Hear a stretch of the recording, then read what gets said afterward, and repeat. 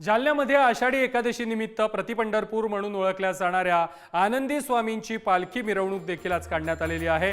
सुमारे 300 वर्षांपासून दर आषाढी एकादशीला जालन्यामध्ये आनंदी स्वामींची पालखी मिरवणूक काढली जाते। दरवर्षीप्रमाणे यंदा देखील जालना नगरीमध्ये उत्साहाचं वातावरण यावेळेला पाहायला मिळालं। यावेळी भजगोविंद भजगोपाल स्वामी आनंदी दीनदयाळांच्या जयघोषानं संपूर्ण परिसर हा दुमदुमून गेलेला होता आणि याचाच आढावा घेतलेला आहे आमचे प्रतिनिधी गौरव साळी यांनी। पंढरपुराची ओळख असलेली जालन्याच्या आराध्य दैवत आनंदी स्वामी महाराजांची पालखी मिरवणूक आज निघालेली आहे।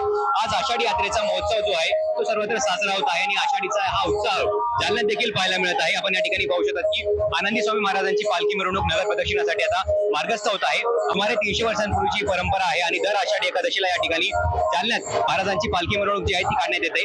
आपण या ठिकाणी पाहू शकतात की आनंदी स्वामी महाराजांची पालखी मिरवणूक सध्या निघालेली आहे आणि या ठिकाणी आनंदी स्वामींचे दर्शन घेण्यासाठी या ठिकाणी भाविकांनी मोठी गर्दी केल्याचं पाहायला मिळत आहे।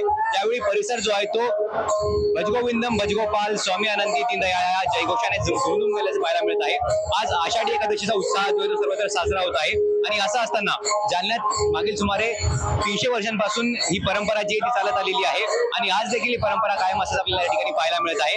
आज आषाढी एकादशी निमित्त जालना शहरातील आनंदी स्वामी गल्लीतून ही पालखी आता मार्गस्थ होत आहे आणि या ठिकाणाहून रात्री उशिरा ही पालखी जी आहे ती मंदिरात दाखल होणार आहे। आपण या ठिकाणी पाहायला गेलं तर सुमारे 300 वर्षांची परंपरा जी आहे ती आज देखील या ठिकाणी कायम पाहायला मिळत आहे आणि या पालखीचं जे आहे ते प्रत्येक ठिकाणी स्वागत केलं जातं आणि भाविक दिवसभर या पालखीचं दर्शन घेण्यासाठी गर्दी करतात। गौरव साळी, घारी न्यूज जालना।